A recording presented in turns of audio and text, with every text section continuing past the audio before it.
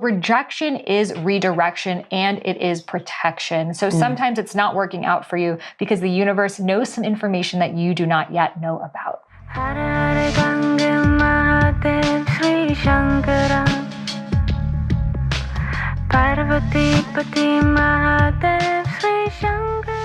Hey, welcome back to the Highest Self podcast, a place where we discuss what makes you your soul's highest evolvement. If it's your first time listening, welcome. My name is Sahara Rose, and I'm all about making spirituality fun, grounded, joyful, relatable, so you can actually implement it in your human reality. Who would have thought? So today's episode is a very special, spunky little one because it is straight from my YouTube series, Manifest Your Magic. So if you're not subscribed to me on YouTube, there's a whole other experience going on over there. So be sure to head over to youtube.com/Sahara Rose. I'll link that below as well. But I created this witchy little series with my friend Mia Magik, who is a real life witch. And we talk about manifesting all of these different things, and also what does it mean if you're not manifesting the thing that you're calling in? Because let's be real. Sometimes you do the full moon ritual with the full moon water, with the chakra aligned crystals, with the visual and the oracle cards on the astrological date and all of the things. And you're like, wait, where is my abundance? Where is my soulmate? Where are the things I'm calling in? And in this episode, we share why those things might not be showing up and how sometimes it's related to actually you not being in alignment with the things that you're calling in. And sometimes it's also divine timing and how to know and trust. So without further ado, let's tune into this episode straight from my Manifest Your Magic series. And before we get started, I have an announcement for you. So have you been on your spiritual journey for a while, but to be honest, you don't resonate with a lot of the practices, like hours of seated meditation or reading all these really heady spiritual books, but instead you're craving something that invites the full you, that allows you to be radiant and beautiful and connecting with your intuition and womb wisdom? Well, I felt the exact same way on my spiritual journey. I went from spending hours doing really rigid Ashtanga yoga every year, where I actually lost my period for over 2 years and even went into perimenopause in my early 20s, into connecting back with my sacred feminine energy. And this is exactly what I share in my new course, Divine Feminine Embodiment. So this is really about dropping out of the mind and into the body, because the truth is a lot of the spiritual practice that we hear about right now really were created by men for men. And our culture is very masculine as well. It's very focused on productivity and hustle. And if you're ready to go beyond that and reclaiming your ease, your joy, your bliss, your juiciness, your dance, then this course is for you. So I discuss the different art forms of divine feminine wisdom, such as the art of magnetism, the art of embodiment, the art of ritual, and so much more. So this is also a really powerful entry point into stepping into deeper sacred feminine work. I teach you my goddess embodiment practice, my goddess breathwork practice, and much more. So if you're interested and curious to learn more about what's inside, head over to divinefemininecourse.com. Again, that's divinefemininecourse.com. You can find that link in the show notes. This month, the course is over 50% off as our special introductory price. So I highly recommend diving into it right now and beginning your sacred feminine immersion.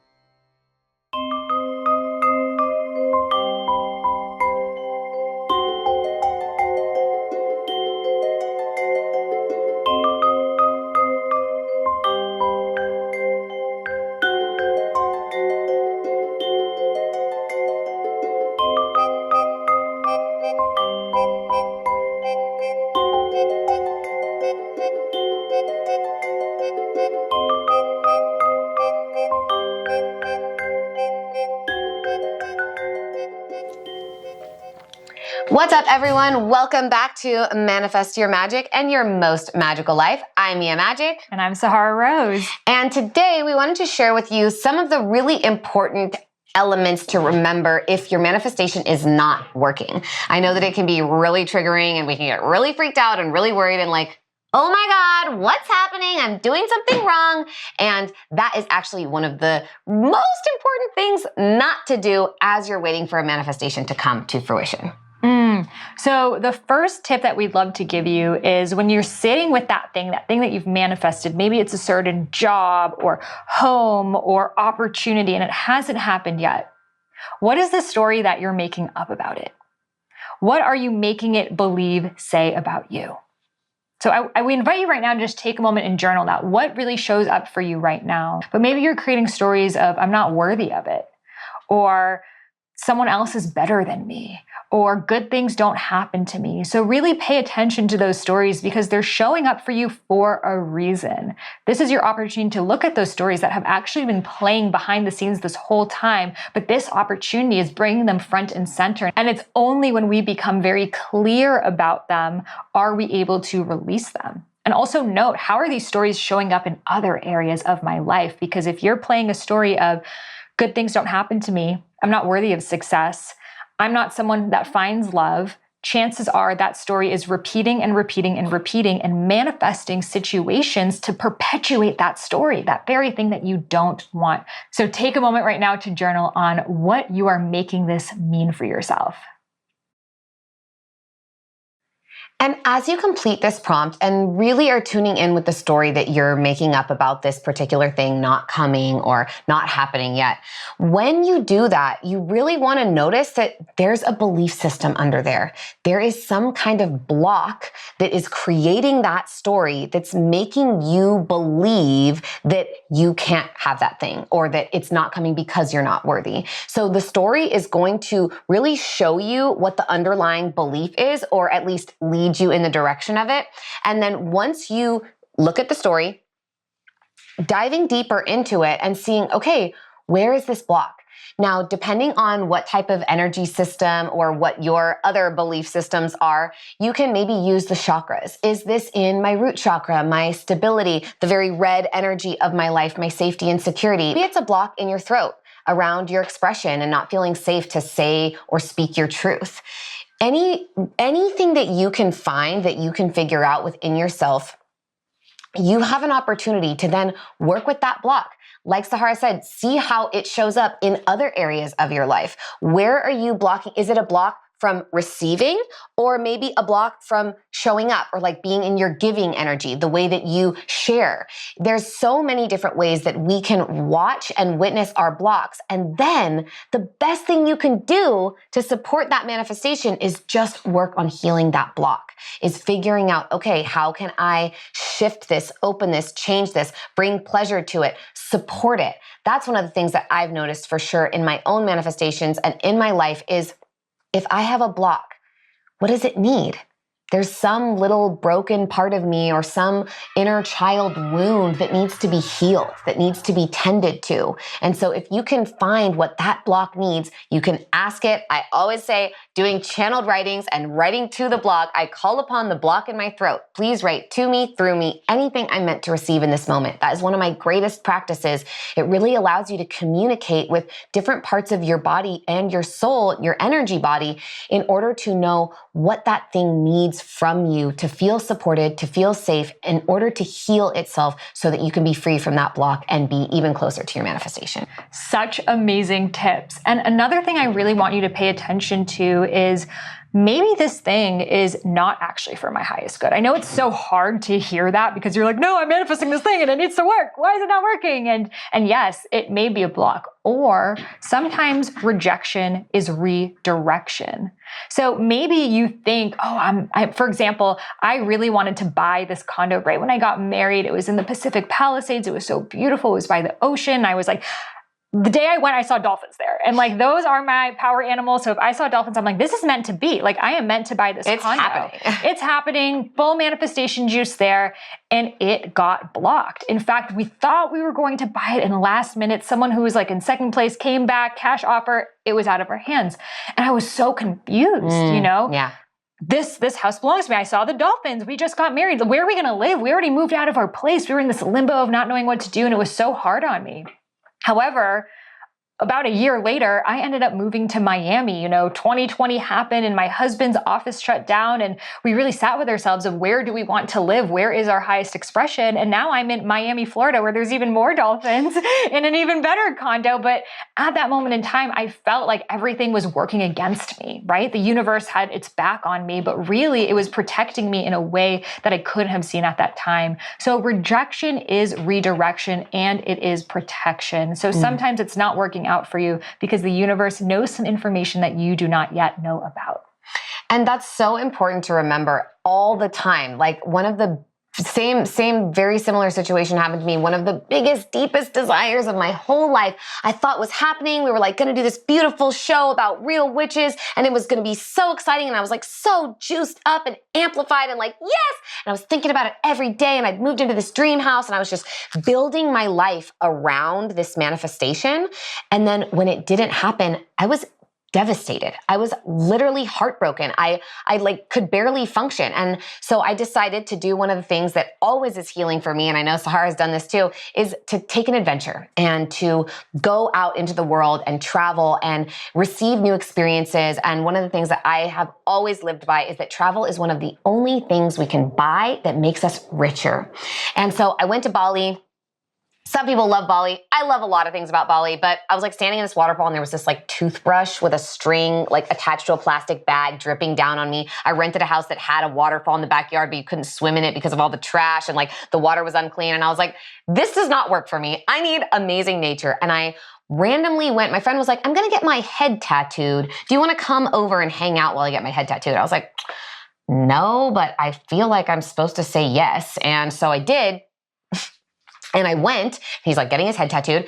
And I met this Australian girl who was just there like playing the sound bowl. And she was like, how have you been liking Bali? And I was like, I haven't really. I've had a really hard time connecting to the nature. And that's why I came here. There's so much trash. And I literally just spend all my time like picking up plastic because it's so heartbreaking. She was like, you would love Mullumbimby. And I was like, what? I'd never heard that word before. It made no sense to me. It's like this beautiful Aboriginal word about this tiny town near Byron Bay in Australia. And she just said that. And I was like, something was in me was like, yes. And I am going to love Mullumbimby. And I ended up going there. And a dear sister of mine who I knew was Australian, but I had no idea was back in Australia or was from Byron Bay, I ended up telling her, hey, I'm going to Oz. I want to visit this place called Mullumbimby. She's like, I'm from 5 minutes from Mullumbimby. I know that place very well. You got to come visit us. You can come stay with me. I had no idea. I knew that her family had money. I had no idea that they had a 7-home compound and were basically like own Australia. And they ended up giving me my own beautiful witchy cabin to live in on this land, waterfalls and nature. And I had the most magical experience. And also, her mom was a witch. Her mom had been in a coven for 30 years and done all these rituals and all this magic with her sister and her sisters. And that woman changed my life. She completely transformed my relationship to my craft, to my belief systems, to the goddess and the way that I communicate with her, my devotion and dedication to being a vessel for her. And so if that manifestation had happened, I would never have gone there. And I deepened into my craft. And yeah, they were going to do this show about me being a witch, but I truly became a witch during that time. I became a wise woman. I learned from a wise woman. I utilized the heartbreak from that experience to enhance and cultivate my own personal wisdom and my intuition. And that time was some of the most special of my entire life. I will never forget it. And it truly shifted the trajectory of my reality. So like Sahara said, rejection can be redirection and protection. I would not have been ready for that manifestation the way that I could be ready for it now without having had that experience. I love that story so much because it really shows that sometimes there is a lesson that we still need to learn before a manifestation to happen. That we can sometimes see what's meant for us 10 years from now, but we don't see all the steps and all of the obstacles that we get to face that really shape us for us to get there. So you knew, and you still are going to have that show in divine timing. And you're trusting that the lessons in every single year, you're deepening into your wisdom and your witchcraft and who you are, that the show is actually going to be better and better and better. And maybe if you had gotten that show at that time before that experience and the experience you've had since, it could have flopped because you weren't fully embodying it to that degree. So sometimes we feel like, oh, I need to get that thing right now, but it's actually, how do we get to deepen and grow and learn to really allow that thing to stick when it happens? And the exact same thing happened to me. I wrote my first book on Ayurveda and I pitched it to 30 different publishers and they all rejected me. And I had spent 2 years writing this book. I got disowned by my family. I risked everything to write this book and I got rejected by every single publisher I shared it with. So I'm like, goddess, I followed the steps. What is going on? Show me the path. And what ended up happening was I was later hired to write the official Idiot's Guide to Ayurveda, which is the official textbook, which caused me to go so much deeper into Ayurveda than I ever have before. And now I've realized that I needed to write that book first. It was my PhD into Ayurveda to really be able to learn it, not without any of my own ego or story or anything attached to it, but to purely learn the channel of it and be the vessel of it. So then I could write my own book and my own interpretation of it. So be open to the lessons that are showing up. And instead of trying to run away from them, lean into them because they're here to teach you. Yeah. That's such an important thing to remember too, that I have to really drill home with y'all, is that if it's not coming, the story, the block, those are the first steps.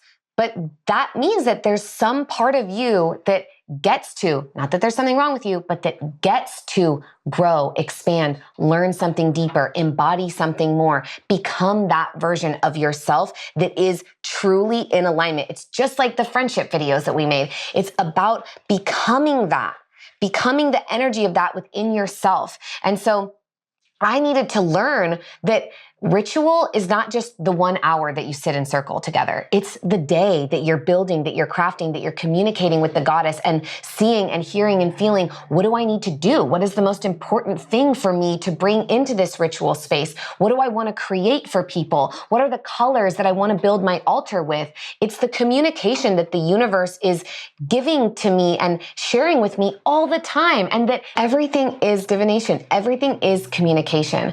And knowing that, I have based my entire life on that fact now. And everything has changed. The way that I dress, the way that I move, the way that I communicate back to the universe in return. All the feng shui, all the things with my house, all the tips that I use for manifestation have shifted because of that experience. And so the biggest thing that all of these pieces go together in order to let you know that where you are now is perfect. And you have an opportunity to become even closer to the version of yourself that has that manifestation before it even comes into your life. And all you have to do is trust in the timing, trust in the process, and trust in yourself. That's the true origin of the word confidence, is to trust in yourself that you can make this happen, that you can become that version of yourself. And when you do, your manifestation will come straight to you. So juicy, so good. So share with us in the comments below, what is the lesson that you're learning right now from the manifestation not happening? Maybe there is a divine teaching or realization or awareness or area of growth you get to step into. We're so excited to see and support you through it. Thank you so much for being here today. Be sure to like and subscribe to stay tuned for future videos. And we are here to support you. Let us know any topics that you want us to dive into. And we're super excited to create incredible content for you. Yes, thank you all so much for joining. We hope that you are feeling so supported and manifesting all the magic in your life. I'm Mia Magik. This is Sahara Rose, and welcome to your most magical life. So why isn't your manifestation happening? I'm super curious to know. Be sure to head over to YouTube, to Instagram, comment. Let's talk about it. Let's see what's showing up. I know for me, often I can see things that are like my 10-year vision. It's just not right now. So sometimes it's you being a true visionary, but it's like, okay, here we are in this present day reality of what my next step is. So I'm very curious and excited to hear what it is for you. And also be sure to subscribe over on YouTube. I'm creating a lot more content on there, just showing a lot of the things that I talk about on this podcast, showing my life. I just recorded this amazing video on creativity. So YouTube is where the party is moving, but it's still going to be happening here. It's going to be in both places because we're partying all over here on the Highest Self podcast.